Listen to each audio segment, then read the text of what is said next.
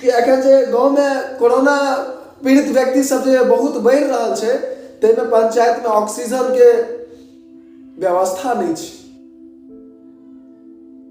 Oxygen तो दूर के बात छै, एकटा ऑक्सीमीटर जे ऑक्सीजन लेवल जांच कयल जाइ छै मरीज के, जे हिनकर ऑक्सीजन लेवल कतेक छनि तकर व्यवस्था नहीं छै। अपने सब गोटे के नमस्कार। सब पंचायत में मास्क के वितरण भ रहल छै। पंचायत स्तर से जे किछ दिन पहले पेपर में सब गोटा देखने हेबै जे प्रखंड विकास पदाधिकारी कहने छलखिन जे पंचायत सेवक के माध्यम से मास्क के वितरण हैत। तो ओई मास्क वितरण पर में हमरा आइ बहुत आदमी प्रेरित केलथि जे नहि एकटा अहाँ वीडियो बना के दियौ, और पिछला वीडियो पर अपने सब गोटा के बहुत लाड़ प्यार दुलार भेटल छल है, ताहि दुआरे फेर से एकटा वीडियो मास्क और किछ और जानकारी कोविड के संबंध में बातचीत के लेल ई एकटा वीडियो बना रहल छी, और आशा करै छी जे अपने सब गोटे के बहुत नीक लागत। और नीक लागे तो अपने संग देखबे करी और संग संग अपन मित्र के बीच जे छै सेहो साझा करी। पिछला साल जे मास्क वितरण भेल रहे पंचायत स्तर से, ध्यान देबै एहि बात के, पिछला साल जे मास्क वितरण भेल छलैया से 1 लेयर मास्क रहे, जे कोरोना के पहिल चरण तक तो ठीक छलैया, मुदा एखनो ओ बहुत व्यक्ति एहन छै जे वह मास्क एखनो लगा रहल छै। लेकिन वो मास्क के आब ई स्थिति भ गेल छै जे मास्क एकटा सिंगल परत छै, एके परत में मास्क छै, और तहू में ई छै जे मान लिया पूरा जाली भ गेल छै, पूरा जाली टाइप के भ गेल छै ओ मास्क। वो व्यक्ति तो पूर्ण जे छै से अपना आप में ई संकल्प छै जे नहीं हम मास्क लगेने छी और सुरक्षा के तैयारी केने छी अपना में, लेकिन वो सुरक्षा कोनो तेहन प्रकार के नहीं छै। तो अहू बेर जे छै से बहुत जल्दी पंचायत में मास्क के वितरण हुआ जा रहा है, ताहि दुआरे ई वीडियो अपने सब तक पहुंचा रहल छी जे अहू बेर जे मास्क के वितरण हेतै, ध्यान देबै एहि बात के, अहू बेर जे मास्क के वितरण हेतै तो एहन मास्क नहीं, कनी नीक मास्क हेबाक चाही। चूँकि पहिल चरण तक तो वो मास्क ठीक रहे, लेकिन दोसर चरण जे छै जेमे सरकार के और डॉक्टर के कहना में छै जे डबल मास्क, कम से कम 3 से 4 परत के मास्क हेबाक चाही, 3 से 4 परत के मास्क हेबाक चाही। ओई मास्क के प्रयोग करी जे एखन एबे संक्रमण ततेक ज्यादा बढ़ि रहल छै जे ओइमे ओ बहुत जरूरी छै बचऽ के लेल। तो ई आई जूम ऐप पर में छै से बहुत आदमी लाइव जुड़ल छलथि या बातचीत सब गोटा केलहुँ, तहिठुमा ई प्रसंग उठल जे नहीं जे छै से एकर चर्चा हेबाक चाही जे वितरण जो होय वाला छै, अगर फिर वह मास्क हो, ध्यान देबो हरियर कलर के मास्क रहे, फिर जो वह मास्क वितरण हेतै तो एहि पर में कनी विचार कयल जेतै जे एहि बेर कनी फिर नीक मास्क देल जाय लोग तक। और दोसर बात, पंचायत में अपन पंचायत गाँव में हावी भोवार में जे प्राथमिक स्वास्थ्य केंद्र छै वो सुचारू रूप से नहीं चलि रहल छै, ओतऽ कतौ किछ नहीं भेटत अहाँके। कखनो भी जेबै तऽ देखबै 2-3 गो अगल बगल में महीष चरैत रहै छै, बस भऽ गेलै। एखन के जे हाल छै, ताहि में स्वास्थ्य केंद्र पर में डॉक्टर के भेनाइ परम आवश्यक छै। डॉक्टरे टा के नहीं, जे एखन जिला में प्रथम स्थान पर में आबै छै अपन गाँव हावी भोवार, ओहि गाँव के प्राथमिक स्वास्थ्य केंद्र के ई गति छै जे ओहिठुमा महीष के अलावा किछ नहीं भेटै छै, आदमी तो दूर के बात छै, और डॉक्टर ओहिठुमा कतऽ सँ। ताहि दुआरे सब गोटे से निवेदन छै वीडियो के अधिक से अधिक फैलाव ली, और जतेक भी गणमान्य व्यक्तिगण छी,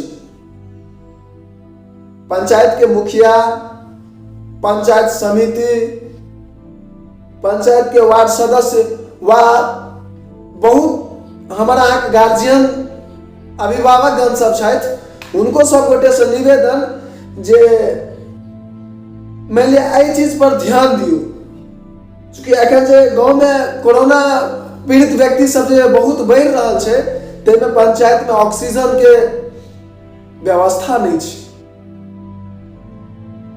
ऑक्सीजन तो दूर के बात छै, एकटा ऑक्सीमीटर जे ऑक्सीजन लेवल जांच कयल जाइ छै मरीज के, जे हिनकर ऑक्सीजन लेवल कतेक छनि तकर व्यवस्था नहीं छै। पंचायत में एखन मास्क भेट नहीं रहल छै, सैनिटाइजर भेट नहीं रहल छै। दवाई पैरासीटामोल और कालपोल के अलावा और विशेष दवाई के व्यवस्था नहीं छै गाँव में। तो हुनका सबसे निवेदन जे किछ सब जे छै से व्यवस्था करैत, पंचायत स्तर से होय या प्रखंड स्तर से होय, जय स्तर से होय। और संगे एकटा और बात रहल जे ऑक्सीमीटर के व्यवस्था पंचायत में, पंचायत के जे प्राथमिक स्वास्थ्य केंद्र छै तैठमा हेबाक चाहिए। और प्रत्येक दिन अहू चीज पर ध्यान देवे सब गोटा, जे प्रत्येक दिन गांव में हावी बोआर गांव में शिविर लगवाक चाहिए जांच के लिए। और जई व्यक्ति के मन में ई चीज के शंका भ रहल है या सर्दी बुखार लगातार भ रहल है, 1 से 2 दिन भ रहल है, अगर नॉर्मल जे पैरासीटामोल कालपोल ई सब दवाई छै, कॉम्बिफ्लॉम छै, ई सब खाई छी, अगर तै से नहीं ठीक भ रहल है तो हाँ जांच तुरंत करा ली, क्योंकि अहाँ के संग संग अहाँ के परिवार के आदमी से खतरा में पड़ जेतै। एहि चीज के ध्यान में राखब और जांच तुरंत करा ली। और मान लिया ई अगर नहीं भ रहल छै, जे पंचायत में 18 गो वार्ड छै तो 18 जगह पर जांच, तो कम से कम प्रत्येक जना सब गांव के 4टा टोल में विभाजित किया छै, उत्तर बाई टोल, पुबाई टोल, दक्षिण बाई टोल व पछवाड़ी टोल, सब पंचायत के जे छै से 4 भाग में विभाजन किया छै। कम से कम प्रत्येक टोल में 1-1 दिन जांच हेबाक चाहिए। और वो जांचे ने और संगे वैक्सीन सब गोटा से निवेदन जे समय पर में वैक्सीन जरूर ल ली, चूंकि रहब स्वस्थ रहब तो आगू सब किछ हेतै, सब किछ के लेल समय भेटतै, सब किछ हेतै। लेकिन अगर स्वस्थ नहीं रहब तो किछ नहीं रहतै। मृत्यु दर बहुत ज्यादा बढ़ रहल छै। और WHO के रिपोर्ट के अनुसार डॉक्टर के कहना नहीं छै जे वैक्सीन के बाद जे छै से जे व्यक्ति वैक्सीन लेने रहे छै तो हुनका 95% जे छै से मृत्यु भय नहीं रही छै। हुनका कोरोना ओतेक बेसी जे रूप से एखन आदमी पर में अपन पकड़ बनावे छै कोरोना से नहीं बना पेते। वैक्सीन जकरा लागल छै ओकरा 95% एकटा नॉर्मल आदमी से जे वैक्सीन नहीं लगेने छै तो हुनका से 95% खतरा कम रहते। ताहि दुआरे वैक्सीन अपन समय से जरूर लगा ली। और विशेष जानकारी अपने सब लग पहुंचावत रहब। अगर ये वीडियो अपने सबके नीक लागल हुआ तो वीडियो के अधिक से अधिक शेयर करब सब गोटे लग, सब गोटे देखी। और अगर चैनल के सब्सक्राइब नहीं केने है तो अपने सब हमारे यूट्यूब चैनल जागू मैथिल जे छै तकरा सब्सक्राइब कर ली और फेसबुक पेज जे छै तकरा लाइक कर दिए, ताकि आगामी जतेक भी हम वीडियो डालैत रहब से अपने तक नोटिफिकेशन पहुंचत और अपने सबसे पहले देख सकिए ओकरा। एहि के संग एखन विदा लै छी। जय मिथिला, नमस्कार सब गोटे के। और हाँ, जतेक भी एखन चीज कहलो या कि सिर्फ एहि कान से सुनबे और एहि कान से निकालबे नहीं, एहि चीज पर में मन से विचार करबे, चूंकि सब गोटा रहब तो आगू भेंट हेबे और आगू काजो हेतै, सब किछ हेतै। विशेष निवेदन जतेक भी गणमान्य व्यक्ति छथि, राजनीति संबंध से जुड़ल छथि, चाहे मुखिया हेता, पंचायत समिति हेता, वार्ड सदस्य हेता, उनकर सब गोटा के कर्तव्य जे पॉजिटिव व्यक्ति छथि, ध्यान देवे इस चीज के, जे पॉजिटिव व्यक्ति छथि उनका घर से नहीं निकल दी। ये हमर अहाँ के सब गोटा के जिम्मेवारी बने छै। और अगल बगल के लोग से प्रेरित करी जे वो घर से और हुनका से जतेक भी भ सके संपर्क के दूरी अधिक राखी, अधिक से अधिक दूरी बनेने रही। और अगर हुनका घर में भोजन के अगर असुविधा है तो एहि चीज के व्यवस्था जरूर उपलब्ध करबिए।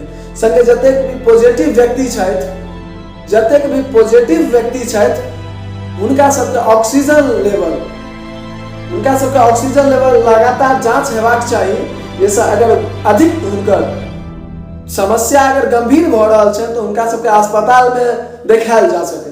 चूँकि होम क्वारंटाइन जे कयल गेल छै व्यक्ति सबके, तो घर पर में तो मान लिअ नहीं विशेष सुविधा पाबि रहल छै, ताहि कारण से एक ऑक्सीमीटर हेबाक चाही और ऑक्सीमीटर से ऑक्सीजन के लेवल जांच हेबाक चाही। ई हुनका सब गोटे से निवेदन अछि जे एकटा ऑक्सीमीटर के व्यवस्था कऽ ली और जतेक भी पॉजिटिव व्यक्ति छथि हुनका सबके एहि चीज के जांच करेबाक चाही और हुनका सबके कोनो असुविधा नहीं होइ, ताहिके लेल सब गोटे सतत प्रयास करी। चूँकि एक आदमी से बहुत बेसी फैले छै और जांच जतेक जल्दी भ सके ततेक जल्दी कराबी, अपने आप के जांच, और अपने स्वस्थ छी तकर अपना मन में एकटा दृढ़ संकल्प कऽ के राखी और संक्रमित जतेक भी व्यक्ति छी हुनका से दूरी बना के राखी और अनावश्यक घर से बाहर नहीं निकली। ई सब गोटे से हाथ जोड़ कर निवेदन अछि, आग्रह अछि, विनती अछि जे फालतू जे सड़क पर घूमे छी से सब नहीं घूमी और विशेष आगामी वीडियो में अपने सब तक फिर उपस्थित है। जय मिथिला, जय मैथिली, नमस्कार।